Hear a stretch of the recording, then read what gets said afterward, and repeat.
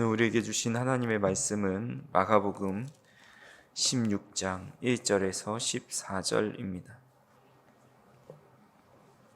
안식일이 지남에 막달라 마리아와 야고보의 어머니 마리아와 또 살로메가 가서 예수께 바르기 위하여 향품을 사다 두었다가 안식 후 첫날 매우 일찍이 해 돋을 때에 그 무덤으로 가며 서로 말하되 누가 우리를 위하여 무덤 문에서 돌을 굴려 주리요 하더니 눈을 들어 본즉 벌써 돌이 굴려져 있는데 그 돌이 심히 크더라.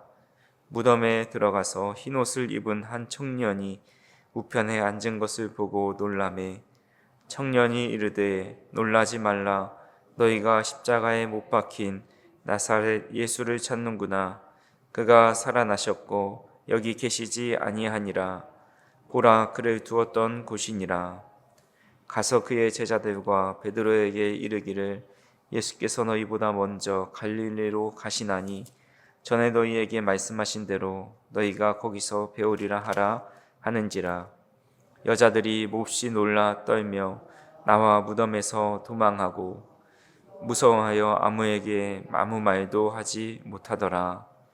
예수께서 안식 후 첫날 이른 아침에 살아나신 후 전에 7 귀신을 쫓아내어 주신 막달라 마리아에게 먼저 보이시니 마리아가 가서 예수와 함께 하던 사람들이 슬퍼하며 울고 있는 중에 이 일을 알림에 그들은 예수께서 살아나셨다는 것과 마리아에게 보이셨다는 것을 듣고도 믿지 아니하니라.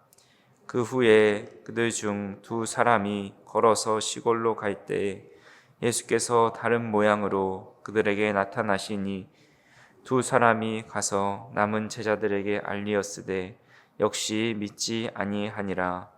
그 후에 11 제자가 음식 먹을 때에 예수께서 그들에게 나타나사 그들의 믿음 없는 것과 마음이 완악한 것을 꾸짖으시니 이는 자기가 살아난 것을 본 자들의 말을 믿지 아니함일러라.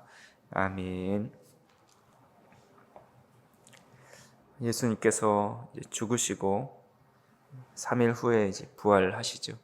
그 부활의 소식을 가장 먼저 마가복음에 의하면 가장 먼저 접한 사람이 바로 여인들이고 또 예수님 죽어서까지 주님의 곁을 떠나지 않고 그의 시신을 위해서 향품을 준비한 사람들도 여인들입니다. 한국교회도 마찬가지지만 여성들이 없었다면, 여성들의 헌신과 또 희생이 없었다면 우리 한국교회가 이렇게 발전하고 또 이렇게 성장할 수 없었을 것입니다.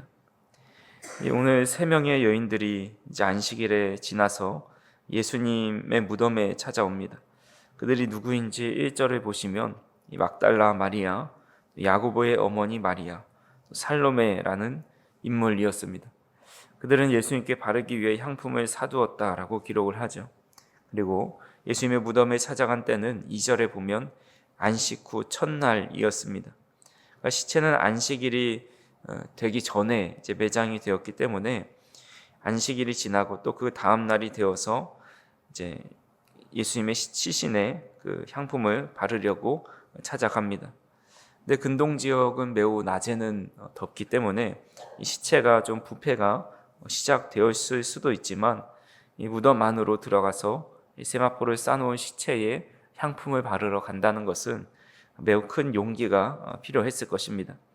그런 용기를 가지고 예수님의 무덤을 향해 갔는데 그때에 이제 좀 걱정이 하나 있었습니다. 바로 3절에 보니까 서로 말하되 누가 우리를 위하여 무덤 문에서 돌을 굴려 주리오라는 이제 걱정이었습니다. 어제 본문인 47절에 따르면 그들은 돌로 무덤 문을 막은 것을 보았습니다. 그들이 찾아갔을 때는 매우 일찍이, 아직 아침 일찍이 해 돋을 때, 이른 새벽에 찾아간 것이죠. 인적이 드문 시간이었기 때문에 누군가 우리를 도와줄 사람이 있을까? 아니면 군병들이 그 무덤을 지키고 있으면 우리는 그곳에 들어가지도 못할 텐데 그런 걱정들을 하면서 무덤을 향해 간 것입니다. 이런 여인들의 모습을 보면 어떻게 보면 대책 없이 찾아간 거다라고 할 수가 있습니다. 하지만 누군가 예수님의 무덤 문을 열어줄 거라는 아주 작은 희망을 가지고 이제 찾아간 것입니다. 우리에게도 때론 이런 믿음이 필요합니다. 옛말에 돌다리도 두드리고 건너라 라고 해서 최대한 안정되게 또 검증된 다음에 그것을 하라고 하죠. 하지만 믿음으로 가는 길은 다 점검하고 가려고 했다가는 가지 못하는 경우가 많이 있습니다. 모든 것을 완벽하게 계획하고 준비한 다음에 가는 길은 사실은 믿음이 필요하지 않습니다. 제자들이 갈릴리 바다를 건너갈 때에 예수님은 그 배에 같이 가지 않으시고 먼저 제자들을 따로 보내십니다. 그때 풍랑이 좀 있는데 예수님은 바다 저 건너편에서 바다 위를 걸어서 건너오시죠. 그때 배에 타고 있었던 제자들이 귀신인가 하여 놀라지만 예수님께서 내니 두려워하지 말라라고 말씀합니다. 그때 베드로가 주님께 자신에게 명하여서 나도 바다를 좀 걷게 해달라고 부탁을 하죠. 그때 모든 것을 예수님은 그때 걸어서 내게 오라라고 말씀합니다. 만약 이 바다가 얕아서 빠지지 않는 안전한 바다였다면 믿음이 필요하지 않습니다. 그냥 걸어가면 되는 겁니다. 하지만 베드로가 걸어가야 했던 그 바다는 깊고 파도가 치는 바다입니다. 발을 담그면 빠질 수 있습니다. 하지만 베드로는 주님의 말씀을 믿고 바다 위를 걸어갑니다. 물론 이후에 파도를 보고 무서워서 빠지기는 했지만 두려움이 찾아오고 또 이성적으로 계산에 서지 않아도 우선 발을 내딛는 믿음이 우리에게 필요하다라는 것입니다. 그래서 믿음은 바라는 것들의 실상이요 보지 못하는 것들의 증거다라고 말씀하고 있듯이 우리도 어떤 일을 도전하고 또 주님의 일을 해 나아갈 때에 무엇인가 다 완벽하게 준비되고 또 무엇인가를 구비한 다음에 하는 것이 아니라 먼저 발을 내딛을 때가 있는데 그때 우리가 믿음이 필요하다라는 겁니다. 그래서 간절히 바라기는 이 예수님의 무덤을 찾았던 여인들과 같은 믿음, 우선은 대책이 없고 누가 이 돌을 굴려줄까 알지 못하지만 그래도 주님을 사랑하는 마음으로 무덤을 향해 갔듯이 우리도 완벽하게 계획되고 또 이해되지 않아도 때로는 이 믿음을 통해서 믿음의 실천이 우리의 삶에 나타날 수 있기를 간절히 소망합니다. 여인들의 우려와 걱정과는 다르게 이미 무덤에 가니까 막혀있던 돌이 열려 있습니다. 누군가 굴려서 열어놓은 거죠. 이 여인들은 무덤 안에 들어갑니다. 아직 해가 막 뜰 때였고 이 동굴 안은 매우 어두웠을 것입니다. 그래서 무덤을 이렇게 더듬더듬 찾아가면서 예수님의 시체를 찾는데 보이지 않습니다. 근데 무덤 안에 한 청년이 흰 옷을 입고 앉아 있는 겁니다. 얼마나 놀랐겠습니까? 우리나라야 그렇게 앉아 있으면 처녀 귀신이다 이렇게 생각을 할 텐데 아마 당시도 무슨 귀신이 앉아 있나 이렇게 생각을 했을 것입니다. 근데 이 청년의 모습을 한 사람은 사실은 이제 천사이죠. 다른 본문에는 이제 천사로도 나타나는데 이 여자들에게 말합니다. 16절에 보니까 청년이 이르되 놀라지 말라 너희가 십자가에 못 박히신 나사렛 예수를 찾는구나. 그가 살아나셨고 여기 계시지 아니하니라. 보라 그를 두었던 곳이니라 라고 말씀합니다. 이 청년은 놀라지 말라라고 이야기하죠. 자연스러운 현상입니다. 여자들은 전혀 예상하지 못한 현상 앞에서 정신을 차릴 수 없을 정도로 놀랐고 또 이 무덤 안에 예수님의 시체가 없는 것에 놀랐습니다. 그러면서 덧붙이기를 너희가 십자가에 못 박히신 나사렛 예수를 찾는구나. 그가 살아나셨다라고 말씀합니다. 그러니까 여인들에게 부활의 소식을 가장 먼저 알려줍니다. 하지만 이 여인들은 그게 무슨 뜻인지 전혀 알 수가 없습니다. 너무 큰 충격에 빠져서 이 천사가 무슨 말을 하는 것인지 도저히 이해할 수 없어서 8절에 보니까 여자들이 몹시 놀라 떨며 나와 무덤에서 도망하고 무서워하여 아무에게 아무 말도 하지 못하더라라고 말씀하고 있습니다. 여인들은 너무 놀라고 두려워서 제자들에게 찾아가지도 않고 또 집으로 그냥 돌아가서 아무 말도 못하고 두려워하고 있었다라는 것입니다. 우리는 예수님의 부활을 간접적으로 들어서 그 부활의 신비나 놀라움에 대한 마음이 그렇게 크진 않습니다. 하지만 부활을 직접 목격한 사람들은 상식 밖의 일이 일어났기 때문에 놀라움을 넘어 두려운 마음이 클 수밖에 없습니다. 특히 당시에는 이 귀신들이 역사한다라고 여겼기 때문에 이 귀신이 나타났나라고 생각하면서 두려워하고 있다라는 겁니다.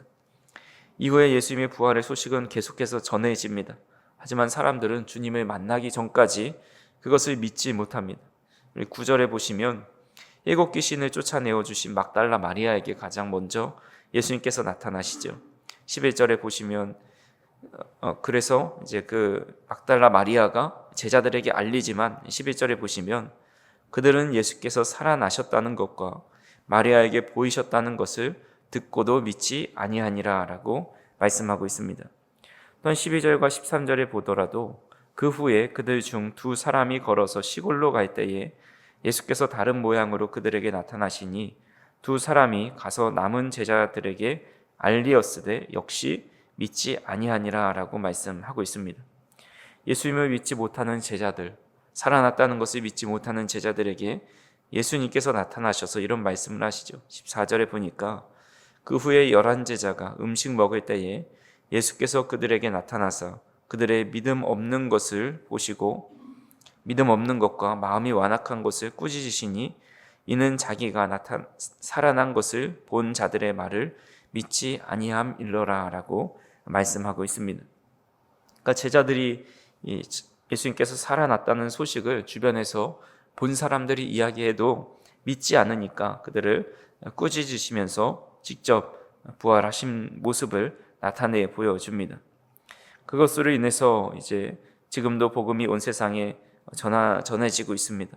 하나님의 독생자 예수 그리스도께서 우리의 죄를 위하여 죽으시고 3일 만에 살아나셨습니다. 이 세상에도 많은 사람들이 그것을 전하고 있지만 여전히 많은 이들이 주님의 살아나심을 부활하신 것 자체를 믿을 수 없다라고 말을 합니다. 이성으로는 사실 도저히 이해할 수가 없는 사건이기 때문이죠.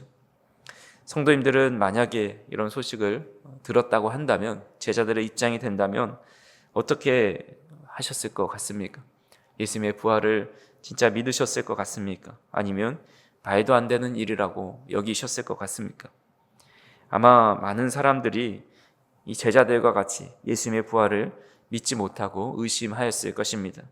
심지어 이 제자들은 예수님께서 살아생전에 내가 죽었다가 사흘 만에 살아날 것이다 라고 이미 예수님의 말씀을 들었지만 그럼에도 불구하고 실제 그 일을 맞이하게 되었을 때에 도저히 믿을 수 없는 그런 기이한 현상으로 보고 믿지 않는 것을 보게 됩니다.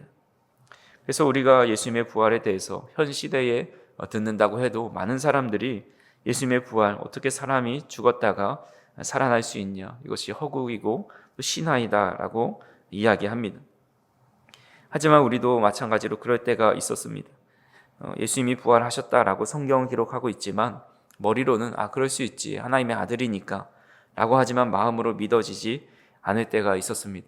하지만 어떤 계기로 한순간에 믿어졌기 때문에 우리는 이 기독교 신앙 안에서 믿음 생활을 하고 있는 겁니다. 한 연예인이 간증을 하는데 예수님의 말씀이 어느 순간에 나도 모르게 믿어졌다라고 이야기합니다. 이성적으로 생각하면 도저히 일어날 수 없는 일인데 그냥 아무런 의심 없이 믿어졌다라는 겁니다. 주변에 연예인들이 얼마나 믿지 않는 사람들이 많이 있습니까? 그분들이, 동료들이 말도 안 된다고, 허구의 인물이라고 그렇게 사람들이 만들어낸 종교라고 이야기하지만 그도 논리적이고 또 과학적으로 증명할 수 없지만 이 하나님 말씀 그 자체가 그냥 이해되지 않아도 믿어졌다라는 겁니다. 이것이 자신이 받은 가장 큰 은혜라고 그런 간증을 하는 것을 들었습니다. 우리가 예수님을 믿는 것, 예수님의 부활을 믿는 것은 도저히 상식적으로 이해가 되지 않는 일입니다. 하지만 우리가 믿고 있다는 것은 하나님께서 우리에게 믿어질 수 있는 믿음을 주셨다라는 거죠. 이것은 우리가 받을 수 있는 은혜 중에 가장 큰 은혜입니다. 아직도 수많은 사람들이 예수님의 부활을, 예수님이 하나님의 아들이심을 믿지 못함에도 우리를 선택하셔서 믿게 하여 주셨다라는 그 은혜를 우리가 생각하면서 오늘도 살아나신 주님을 믿을 수 있는 은혜를 주심에 감사하고 또 그에 맞는 삶을 살아가는 저 우리 성도인들이 될 수 있었으면 좋겠습니다. 그래서 오늘도 우리는 언제 명확하게 기억이 나실 수도 기억이 안 나실 수도 있지만 예수님의 영이신 성령 하나님께서 우리에게 찾아오셔서 예수님의 사죄의 은총과 부활의 소망을 믿게 하셨다라는 것을 기억하시면서 이런 믿음이 있다는 것 자체가 얼마나 귀한 일이고 우리에게 큰 은혜를 주신 것인지를 깨닫고 우리가 그 주님을 믿는 믿음으로 때로는 앞이 보이지 않고 완벽하게 구비되어 있지 않는 이 믿음의 길을 담대하게 걸어갈 수 있는 저 우리 성도님들이 되기를 주님의 이름으로 축원합니다. 기도하시겠습니다. 사랑과 은혜가 풍성하신 하나님 아버지, 오늘 여인들이 주님의 무덤을 따라갔고 또한 주님께서 믿음을 허락하신 그 은혜의 손길을 오늘의 말씀을 통해서 다시 한번 깨닫게 하여 주시니 참으로 감사를 드립니다. 모든 것이 계산되고 이해되어야만 움직였던 우리의 믿음을 용서하여 주시고 주님을 향한 사랑으로 담대히 믿음의 발을 내디딜 수 있는 자가 될 수 있도록 인도하여 주옵소서.